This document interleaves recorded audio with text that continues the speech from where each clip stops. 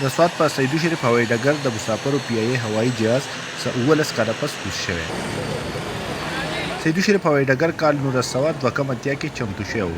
هوایي ډګر باندې کال 1998 کې د پاکستان قومي ایرلاین د خسارې له وجې بند کړی شوی و. بیا وروسته د وړو جهازونو خطرناک ګرځولو له وجې خلاص نه شو. کال 2007 کې د وسلوالو بریدونو له وجې هوایي ډګر په واسطه حواله شوی و.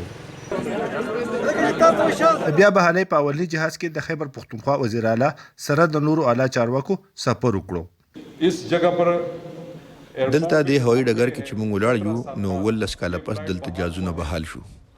نن زه د سوات، ملکنډ او د ټولې خیبر پښتونخوا خلکو ته مبارکي ورکول غواړم. سیدو شریف هوایي ډګر بیا پرانستو جهاز په راتګ د سیمې خلک هم موجود ول. په دا اړه ځایي د سیلګرۍ پوهان او د جهازونو ټکټونه او د سفر وسیلې ورکوونکي خلک وایي چې بیا بحالي د ستاینې وړ خبره ده.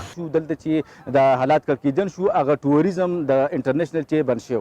اوس چې دلته کې کم د سیاحه د ایرپورټ چې دوباره بحال شو 19 کاله بعد نو هغه انټرنیشنل کم ټوریزم چې هغه به هم د دې سره بحال شي.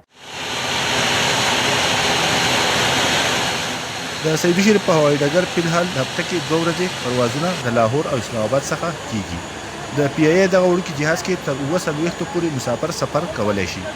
چارواکي وایي چې راتلونکي وخت کې به هوایي ډګر نور هم پراخه کوي او نړیوالو جهازونو تګ راتګ به پکې هم شروع کوي. نیاز احمد خان، مشال ریډیو، سوات.